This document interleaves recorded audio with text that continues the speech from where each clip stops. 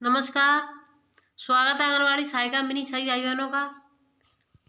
तो देखिए, आप सभी भाई बहनों को जानकारी है, आज शरद पूर्णिमा है, तो सभी भाई बहनों को शरद पूर्णिमा की बहुत बहुत बधाइयाँ।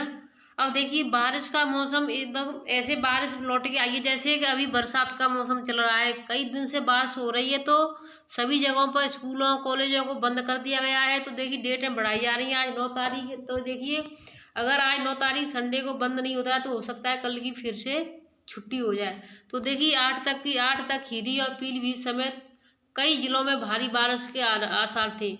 तो आज 9 तारीख हो गई है, 8 तारीख और यानी 7 तारीख से बारिश बंद नहीं हो रही है। हमारे यहाँ पर भी सभी जगह बारिश हो रही है बहुत तेज, और निकलने के लिए भी जगह नहीं है। बहुत रास्ते खराब भी होते जा रहे हैं। विजयदशमी के दिन बुधवार को राजधानी की हुई बारिश बरसात थमने वाली नहीं है। मौसम विभाग का पूर्वानुमान है कि यह देखिए, अभी भी आप बारिश की बादल की आवाज़ सुन रहे हैं, कितनी तेज बारिश हो रही है, बहुत ज़्यादा बाहर।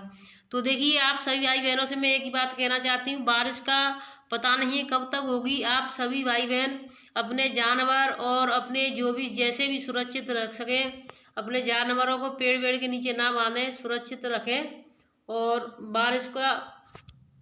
बारिश की वजह से आप खुद को भी बाहर ना ज़्यादा डोलने दें बच्चों को, क्योंकि बारिश में बिजली कड़कने से बच्चों की दिक्कत हो जाती है। तो बच्चों को बाहर बारिश में न जाने दें।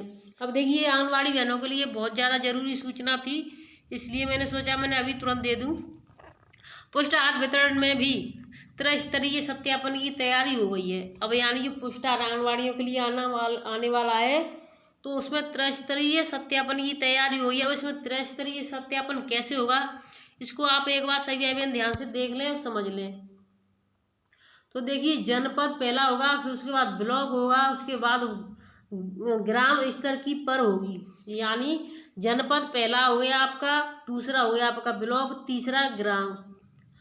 तो जनपद, ब्लॉक, ग्राम। सत्यापन समितियां दैनिक वितरण की रिपोर्ट गूगल लिंक से साझा की जाएगी। यानी जब भी वितरण आप करोगी तो गूगल लिंक से साझा की जाएगी इसकी लिंक। अब इसकी जो मेन जानकारी है उसको मैं आपको बता दी। वीडियो को आप अधिक से अधिक शेयर कर देना, और जो नए भाई बहन जुड़े हैं वो चैनल को सब्सक्राइब जरूर कर लें, जिससे हम जब भी जो कोई खबर डालें तो तुरंत आपको पता चल जाए। और जो जिस भाई बहन ने सुबह की वीडियो नहीं देखी है तो वो सुबह की वीडियो जरूर देख लें एक बार। तो देखिए, फर्रुखाबाद जिले से निकली हुई खबर है आज ही की। आंगनबाड़ी केंद्रों पर मिलने वाले पुष्ट आहार वितरण में धांधली की शिकायतों की भरमार के चलते अब सरकार स्तर पर इसके वितरण कोई भी राशन की तरह त्रिस्तरीय सत्यापन की प्रक्रिया शुरू करने जा रही है। शुरू करने का यानी निर्णय ले चुकी है, उन्होंने निर्णय ले लिया, क्योंकि बहुत ज़्यादा आए दिन इसकी वो होती रहती है, शिकायतें आती रहती हैं। इसमें ग्राम, ब्लॉक व जनपद स्तर पर सत्यापन समितियां का गठन किया गया है। तो देखिए, इसका गठन भी कर लिया गया है, कहाँ पर किसको किस तरीके से बैठना है। इस संबंध में जिलाधिकारी की ओर से दिशा निर्देश जारी कर दिए गए हैं। त्रिस्तरीय सत्यापन समितियों के गठन के संबंध में जारी आदेश के अनुसार ग्राम स्तरीय समिति में ग्राम प्रधान की अध्यक्षता में ग्राम पंचायत में एक सदस्य के अलावा ग्राम स्वास्थ्य स्वच्छता एवं पोषण समिति सदस्य को भी शामिल किया जाएगा। अब देखिए, अभी तक तो आपके जो समितियां थीं, अब पोषण समिति का सदस्यों को भी शामिल किया जाएगा इसमें, यानी कि और भी सदस्य शामिल होने जा रहे हैं। तो यानी इसको भी रोटेशन के हिसाब से मिलेगा। हालांकि इसमें संबंधित आंगनबाड़ी को सम्मिलित नहीं किया जाएगा। तो देखिए, जितनी भी आंगनबाड़ी हैं उन सबको सम्मिलित नहीं किया जाएगा, इस चीज़ का भी विशेष ध्यान रखें। देखिए, आप ध्यान से एक बात देखें, संबंधित आंगनबाड़ियों को सम्मिलित नहीं किया जाएगा। एक लाभार्थी माता व किशोरी को भी रोटेशन से शामिल किया जाएगा। वहीं ब्लॉक स्तरीय समिति में उप जिलाधिकारी की अध्यक्षता में बाल विकास परियोजना अधिकारी, पूर्त निरीक्षक, खाद्य सुरक्षा अधिकारी, ग्रामीण आजीविका मिशन के ब्लॉक मिशन प्रबंधक, एक आंगनबाड़ी कार्यकर्ता को रोटेशन से शामिल किया जाएगा। जबकि जनपद स्तर पर जिलाधिकारी की अध्यक्षता में गठित समिति में मुख्य विकास अधिकारी, जिला कार्यक्रम अधिकारी, ग्रामीण आजीविका मिशन में उपायुक्त व जिला पोषण समिति के सदस्य को शामिल किया जाएगा। तो देखिए रोस्टर के हिसाब से होगा कि कभी किसी आंगनबाड़ी को रखा जाएगा, कभी किसी को रखा जाएगा, कभी किसी को। इस तरीके से एक आंगनबाड़ी को अब जैसे मिलता है आपको खुद बांटती, इस तरीके से अब नहीं मिलेगा और रोस्टर बनेगा इस चीज़ का भी। जिला पोषण समिति के सदस्य को शामिल किया जाएगा। जिला कार्यक्रम अधिकारी भारत प्रसाद ने बताया कि आंगनबाड़ी केंद्र व लाभार्थियों की संख्या के आधार पर अनुपूरक पुरस्कार का वितरण वास्तविक लाभार्थियों को सुनिश्चित किया जाएगा। नेफेड द्वारा परियोजना कार्यालय पर आपूर्ति किए गए अनुपूरक पुरस्कार का चालाना व स्टॉक से मिलान किया जाएगा। यह कार्यवाही पुरस्कार प्राप्त से 3 दिन के अंदर सुनिश्चित की जाएगी। चालाना पर अनुपूरक पुरस्कार आपूर्ति करने वाले वाहन की संख्या भी होगी। देखिए जो वाहन लेकर के आएगा उस पर भी संख्या होगी, क्योंकि जो वहाँ से लेकर के आता है और वो रास्ते में ही गायब कर देगा या दूसरे को दे देगा, तब आप सरकार क्या करेगी? सरकार को इस चीज़ का अंदाजा भी नहीं हो पाएगा। परियोजना कार्यालय से अनुपूरक पुरस्कार का उठान 1 सप्ताह के अंदर स्वयं सहायता समूह द्वारा किया जाना है। फोर्टिफाइड चावल के वितरण के संबंध में आंगनबाड़ी कार्यकर्ता द्वारा लाभार्थी को टोकन के माध्यम से अपनी मौजूदगी में कराया जाएगा। तो देखिए आंगनबाड़ी केंद्रों पर अनुपूरक पुरस्कार वितरण की सूचना दैनिक रूप से गूगल लिंक के माध्यम से उपलब्ध कराई जाएगी।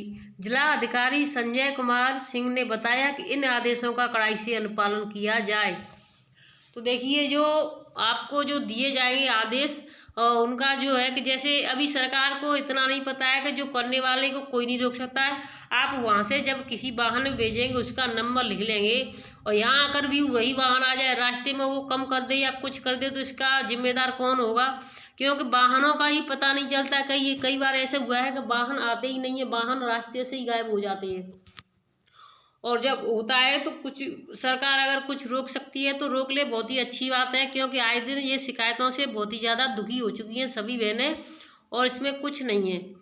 तो देखिए आशा की भर्ती में गड़बड़ी, जांच शुरू, यानी जो आशाओं की भर्ती थी उसमें गड़बड़ी होने जा रही है और गड़बड़ी हो चुकी है। तो देखिए इसको मैं आपको बाद में बताऊँगी। इससे पहले और भी कई खबरें हैं, मैं उनको आपको बताना चाहूँगी, ज़रूरी जो सूचना है। तो ये देखिए हमने आपको एक सूचना 6 अक्टूबर की निकली हुई है, ये हमने आपको बता दी है कि 6 अक्टूबर और भाई दूज के उसकी जो थी ये भी हमने आपको सभी खबरें। अब देखिए इसको मैं बताना चाहूँगी 12 अक्टूबर, प्रदेश में 12 अक्टूबर तक भारी बारिश के आसार, अलर्ट जारी, यानी भारी बारिश होने की जा रही है। आज 9 तारीख है तो 12 अक्टूबर तक इसको बताया जा रहा है, तो सभी भाई बहन इसका ध्यान रखें। मौसम विभाग ने 12 अक्टूबर तक प्रदेश में हवाओं के साथ भारी बारिश के आसार जताए हैं। आंचलिक मौसम विज्ञान विभाग के निदेशक जेपी गुप्ता के अनुसार मानसून की ट्रफ लाइन बंगाल की खाड़ी से उत्तर प्रदेश होते हुए उत्तराखंड की ओर बढ़ रही है। हवा में कम दबाव का क्षेत्र उत्पन्न होने पर बारिश होती है, इसे ही ट्रफ लाइन कहा जाता है। शनिवार को प्रदेश के अलग अलग हिस्सों में अत्यधिक वर्षा की आशंका है। पीलीभीत, बरेली, रायपुर, रामपुर, देखिए सभी जगहों पर जहाँ जहाँ पर उन्होंने नाम लिया वहाँ सभी जगह पर पड़ी है, उसके अलावा भी सभी जगहों पर पड़ी है। तो देखिए आप सभी भाई बहनों से कहना चाहती हूँ बारिश से आप अपने जानवरों को बचाएं, क्योंकि इंसान कहीं कहीं बैठ सकता है, उठ सकता है, बोल सकता है, लेकिन जानवर कुछ भी नहीं कह सकते हैं। देखिए पीईटी में शामिल होने वालों के लिए बस ट्रेन की व्यवस्था हो गई है। जो पीईटी का जो पेपर होता है ये बहुत ही ज़्यादा खतरनाक पेपर है, क्योंकि ये करने वालों के लिए खतरनाक नहीं है। देखिए ये इसलिए है क्योंकि अगर आपने पीईटी पास कर ली, अगर 1 साल के अंदर कोई जॉब नहीं निकलती है या कोई जॉब निकलती है, आप उसमें आपका नंबर नहीं आ पाता है, तो अगली साल फिर आपको पीईटी देनी पड़ेगी। तो देखिए इसलिए मैं इससे कह रही हूँ कि 1 साल के लिए इसको या तो 2 से 3 साल के लिए रखा जाए, तो 2-3 साल में इंसान का नंबर आ सकता है। वो पहले इसके लिए मेहनत करे, फिर उसके बाद में दूसरी जो नौकरी लगे उसके लिए मेहनत करे। अगर उसमें से किसी कारणवश रह जाता है तो अगली साल फिर उसको यही काम करना है, फिर वही करना है। तो देखिए ये रिपीट कर दी गई है, इसको 2 से 3 साल के लिए होना चाहिए था, जिससे बच्चों को थोड़ी अपनी और भी जैसे किसी चीज़ की तैयारी करते हैं तो उसकी तैयारी करने के लिए मौका अच्छे से मिल जाए। लेकिन सरकार ने इन चीज़ों के लिए बिल्कुल भी सोचा नहीं है और बायात में बहनों के चाहे कोई भी इंसान हो पैसे बर्बाद करने का एक धंधा बना दिया है। अब देखिए समूह ग के पदों पर भर्ती के लिए 15 और 16 अक्टूबर को आयोजित होने वाली प्रारंभिक अर्हता परीक्षा पीईटी में शामिल होने वाले बच्चों के लिए बसों और ट्रेनों में व्यवस्था कराई जाएगी।